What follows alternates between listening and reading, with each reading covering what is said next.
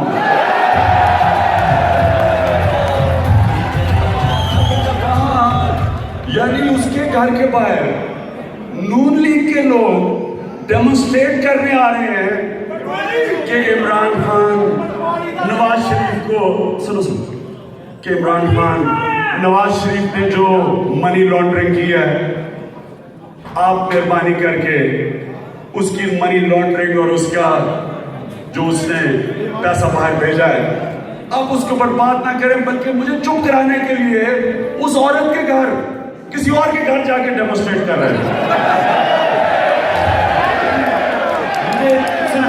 مجھے اتنی شرم آئی ہے کہ میں ذرا آپ کو لیکن وہ تو انگریز ہے, اسے کیا پتا, اس کو کیا پتا. اب مجھے اتنی شرم آئی کہ لوگ باہر کھڑے ہیں شور مچا رہے ہیں. اچھا شور کیا مچا رہے ہیں, کو عمران کو. میں اب سوچوں کہ میں کوئی پرائم منسٹر ہوں, میں کوئی وزیر اعظم ہوں, میں کوئی وزیر اعلیٰ ہوں, میں کدھر چلا جاؤں کو عمران کو.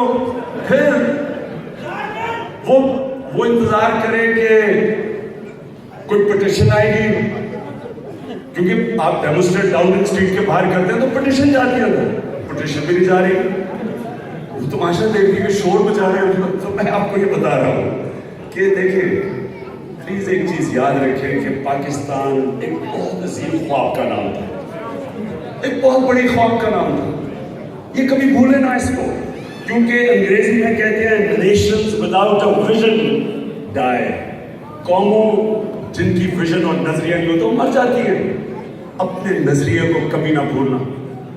یہ وہ ملک تھا جو ایک کشمیری عظیم مسلمان, عظیم عالم علامہ اقبال کی خواب تھی کہ ہم نے ایک پاکستان, ایک ایسا ملک بنانا ہے جو اسلام کی لیبارٹری بنی ہے, کہ ہم نے دنیا کو بتانا ہے کہ اسلام ہے کیا, کہ اصل میں اسلام کیا ہے. ہم نے سارے مسلمانوں ملکوں کو بتانا تھا کہ ایک عظیم دنیا کے اندر ایک ماڈل بنا تھا مدینہ کی ریاست, عدل اور انصاف کے اوپر ایک نظام بنا تھا, جس نظام کی وجہ سے وہ عرب جن کے ساتھ ایک سپر پاور پرشین ایمپائر, دوسری طرف رومن ایمپائر, یہ ذرا سنیں غور سے, تاریخ کا حصہ ہے کہ جنگ بدر 625 میں ہوئی, 313 مسلمان تھے. 636 میں اور 638 میں دونوں سپر پاورز گھٹنے ٹیک گئی ان مسلمانوں کے سامنے. اب سوچے ذرا میں آپ کو تاریخ کی بات کر رہا ہوں. اب آپ اپنے سے پوچھیں کہ اس عظیم لیڈر نے کیا کیا, کیا جادو کیا ان لوگوں کے اوپر کہ کدھر 313 اور رومن ایمپائر کی جو سدرن لیجن تھی وہ 1,00,000 فوجی اٹھی تھی. جو یارمک میں خالد بن ولید نے ہرایا تھا 1,00,000 رومنز تھے, 35,000 مسلمان. تو کیا کیا اس جادوگر نے کہ ان لوگوں کو, اس عظیم انسان نے, اس آخری پیغمبر نے, دنیا کے گریٹسٹ لیڈر نے ان لوگوں پہ کیا کیا کہ وہ قوم اٹھ کے پہلے تو 2 سپر پاور بیٹھ گئے ان کے سامنے, اور پھر 700 سال تک دنیا کا سب سے عظیم سیویلائزیشن بنا رہا. سارے سائنسدان مسلمان تھے. کیا کیا؟ اور میں یہ آپ کو کہتا ہوں کہ اس لیے پاکستان بنا تھا. اس خواب کو یاد رکھیں. انہوں نے کیا کیا؟ انہوں نے ایک معاشرے کو عدل اور انصاف پہ قائم کیا. اور عدل اور انصاف کا مطلب قانون کے سامنے سب ایک برابر. انصاف کا مطلب everyone is equal before the law, جس کو رول آف لا کہتے ہیں. یہ نہیں کہ آپ کا پرائم منسٹر ملک میں منی لانڈرنگ کرے, ٹیکس ایویژن کرے, کرپشن کرے, اس کو قانون نہ پکڑ سکے, بیچارے چھوٹے چھوٹے غریب لوگوں کو پکڑ کے جیلوں میں ڈال دیں. اس کے متعلق ہمارے نبی نے کہا تھا کہ بڑی قومیں برباد ہوئی جدھر ایک قانون کمزور کے لیے اور ایک طاقتور کے لیے. تو اس لیے انہوں نے پہلے تو انصاف دیا اور پھر عدل دیا. عدل کا کیا مطلب ہے کہ اپنے سے لے کے آپ والنٹیرلی ان کو دیتے ہیں جن کے پاس نہیں ہے. فلاحی ریاست بنائی, دنیا کی تاریخ کی پہلے ویلفیئر اسٹیٹ بنائی, اور پہلے وہ اسٹیٹ بنائی انصاف پہ اور عدل پہ, اور پھر انہوں نے ان کے کیریکٹر کو دیکھ کے لوگوں کے کیریکٹر اوپر گئے, مورالٹی سوسائٹی کے اوپر گئی. ان کے کیریکٹر 2 بیسک چیزیں کیا تھی؟ صادق اور امین, سچے انسان تھے اور انصاف کرنے والے انصاف تھے. انہوں نے اپنے کیریکٹر کی وجہ سے قوم کے کیریکٹر کو اٹھا دیا, اور وہ اتنی عظیم قوم بن گئی. کوئی قرضے لے کے نہیں, اینٹ لے کے نہیں, ان کو ایک مورل کیریکٹر, ایک اخلاقیات, ایک ویلیو سسٹم ایسا بنا دیا کہ قوم عظیم بن گئی. اور یہ آپ کے سامنے میں ہسٹوریکل فیکٹ دے رہا ہوں کہ 13 سالوں کے اندر جنگ بدر میں 13 سالوں کے بعد 2 سپر پاورز ان کے سامنے گھٹنے ٹیک گئی. اب آ جائیں, کیونکہ آپ اوورسیز پاکستانی یہاں آپ نظام جانتے ہیں, میں بھی یہاں 18 سال سے دیکھا ہوا برطانیہ کا نظام کیا ہے. یہاں کیوں لوگ یہاں نوکریاں لینے آتے ہیں؟ ان کے پاس تو ہے ہی کچھ نہیں. آپ کو پتا ہے پاکستان میں کوئلے کے جزیرے ہیں, ریزروز ہیں کوئلے کے اتنے ہیں, 200 ارب ٹن کوئلہ پڑا ہوا پاکستان میں.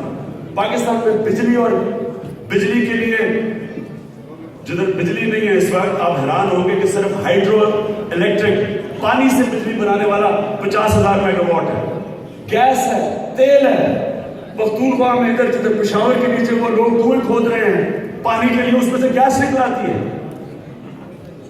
تانبے کے ریزروز ہیں, 12 موسم ہے, ذخیرہ زمین ہے. اور یہاں کیا ہے؟ اور آج دیکھیں یہ کدھر ہے؟ برطانیہ کا سالانہ GDP, سالانہ آمدنی 50 مسلمان ملکوں کی ملا کے ساتھ سالانہ آمدنی کے برابر ہے. کیا وجہ ہے؟ لیکن سب سے پہلے ان کا کیریکٹر دیکھ لیں. ہم تو اسلام کے نام پہ بنا تھا نا ملک, ان کا کیریکٹر دیکھیں کہ ڈیوڈ کیمرون کا جب نام آتا ہے, جب اس کا پیناما لیکس میں نام آتا ہے, تو وہ تو اس وقت پرائم منسٹر بھی نہیں تھا.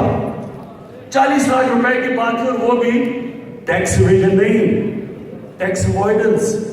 جب پرائم منسٹر بھی نہیں تھا, وہ اپنی صفائیاں پیش کر رہا ہے. اس سے جو کیا ڈوجی ڈیل یا جو بھی اس کو اٹیک کیا, یعنی اس کو انہوں نے کس طرح گرل کیا اپنے لیڈرشپ کو, کیونکہ اپنے لیڈرشپ سے وہ کیریکٹر مانگتے ہیں, ویلیوز مانگتے ہیں. یا ٹرین کا ایکسیڈنٹ ہوتا ہے, وزیر ریزائن کر دیتا ہے. کیوں کرتا ہے؟ کیونکہ یہاں لیڈرشپ اپنی اخلاقی قوت سے حکومت کرتی ہے, مورل اتھارٹی سے حکومت کرتی ہے. یہاں کبھی مارشل لا لگانے کی ضرورت نہیں پڑی, بندوقوں کی ضرورت نہیں پڑی. پولیس میں جس طرح ماڈل ٹاؤن میں کھڑے کھڑے 100 لوگوں کو گولیاں مار دی, یا کوئی گولیاں مارنے کی ضرورت نہیں پڑتی. کیونکہ ڈیموکریسی میں آپ نے جو دیکھا اوورسیز پاکستانیوں, لیڈرشپ اپنی اخلاقی قوت سے لیڈرشپ دیتی ہے, ڈنڈے کے زور سے نہیں دیتی. فزیکل اتھارٹی نہیں, مورل اتھارٹی. اور آپ نے دیکھا آئس لینڈ کا پرائم منسٹر ریزائن کیا کہ مورل اتھارٹی کھو بیٹھا. ادھر دیکھیں ارجنٹینا میں ہر جدھر بھی ڈیموکریسی ادھر دیکھیں گے کس طرح کی ریاکشن آیا. ہندوستان دیکھ لیں, پرائم منسٹر نے, ہندوستان کے پرائم منسٹر نے ہائی لیول کمیٹی بنائی 25 کو, اگلے پیر کو رزلٹ آ رہا ہے. جتنے بھی ہندوستانیوں کے اکاؤنٹس پڑے پتا چلے ہیں پیناما میں, آف شور کمپنی میں, سب کے اوپر انہوں نے انویسٹیگیشن کی. اور ہمارے پاکستان میں دیکھیں کیا ہوا.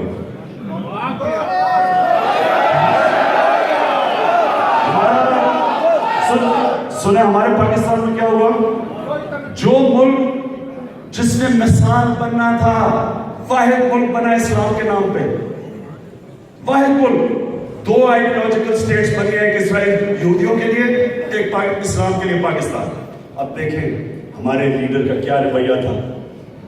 وہ تو پہلے آ کے تم پر ہی کہانی سنا دی, ہم بڑے امیر تھے, ہم تو پیسے والے تھے, ہمیں تو ادھر ظلم ہو گیا. مجھے ایسے لگا کہ انڈین فلم کا گانا شروع ہونے لگا. اس کے بعد جو اصل ایشو تھا کہ میاں صاحب آپ کے بچوں کی آف شور کمپنیز نکلی جب آپ وزیر اعظم تھے. کرکٹ میں ہم اسے کہتے ہیں میاں صاحب نے ویل لیفٹ کر دیا. یہ نہیں چھوڑ دی, بات ہی نہیں کی. اور ان کے درباریوں نے کیا کیا؟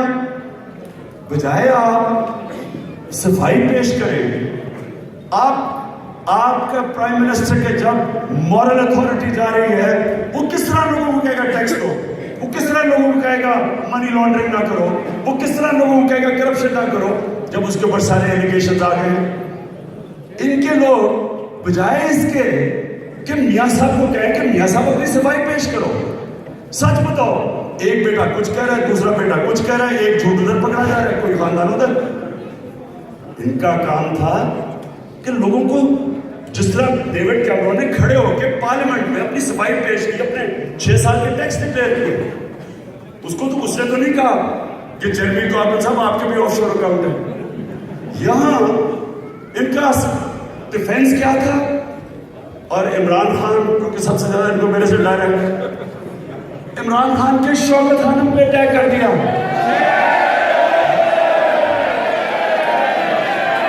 شوکت خانم جس طرح کوئی عمران خان کی بزنس چل رہی ہے, پاکستان کے سب سے بڑے خیراتی ادارے 350 کروڑ روپیہ ہر سال غریب مریضوں کے علاج میں, کینسر کے مریضوں کے علاج میں خرچ کرتا ہے.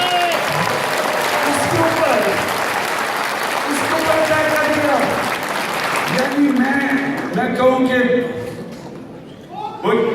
ایک منٹ سنیں ذرا, تھوڑی دیر سنیں. میں یہ کہوں کہ کچھ شرم یا حیا ہو, شرم اور حیا ہوتی, کبھی وہ ایسے کر سکتا تھا؟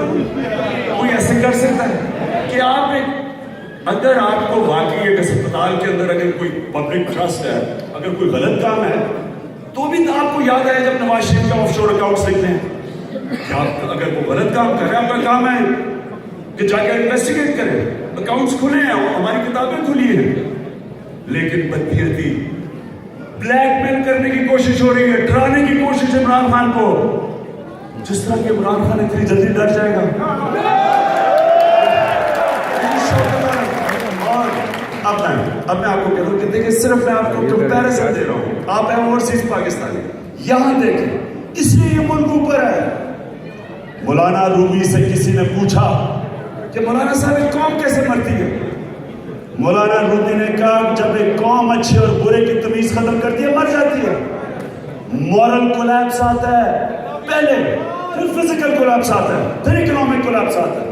تو آپ کے سامنے یہ مورل کولیپس ہے کہ پرائم منسٹر بجائے جواب دے دوسروں پہ حملے کر رہے ہیں. اسمبلی میں کھڑے ہو کے وزیر پیپلز پارٹی والوں کہہ رہے ہیں کہ جی ہمیں بھی آپ کے پاس فائلیں پڑی ہیں آپ کی کرپشن کی. میں وزیروں کو کہتا ہوں کہ اگر آپ کے پاس فائلیں پڑی ہیں کرپشن کی, پکڑو ان کو, جیلوں میں ڈالو. بلیک میل کرنے کے لیے فائلیں رکھی ہوئی ہیں. اور یہ ہے المیہ پاکستان کا, کے اوپر حمام میں سب لگے ہیں, ایک دوسرے کے اوپر فائلیں رکھی ہوئی ہیں بلیک میل کرنے کے لیے. اس لیے نہیں کہ کوئی غلطی کر رہا ہے, جرم کر رہا ہے, عوام کا پیسہ چوری کر رہا ہے, آپ پکڑ کے جیلوں میں ڈالیں. نہیں, جیلوں میں نہیں ڈالنا, بلیک میل کرنا ہے. اور اس لیے میں آپ اوورسیز پاکستانیوں کو کہتا ہوں, آپ کا بہت بڑا رول ہے پاکستان میں, کیونکہ آپ نے ڈیموکریسی کو فنکشن ہوتے دیکھا ہے, آپ نے ڈیموکریسی کو کرتے دیکھا ہے. آپ کو پتا ہے کہ کیسے حکمرانوں کا عوام یہاں احتساب کرتی ہے, کیسے ٹیکس پیئر کے پیسے کے لیے عوام کھڑی ہوتی ہے, عوام حفاظت کرتی ہے اپنے ٹیکس کے پیسے.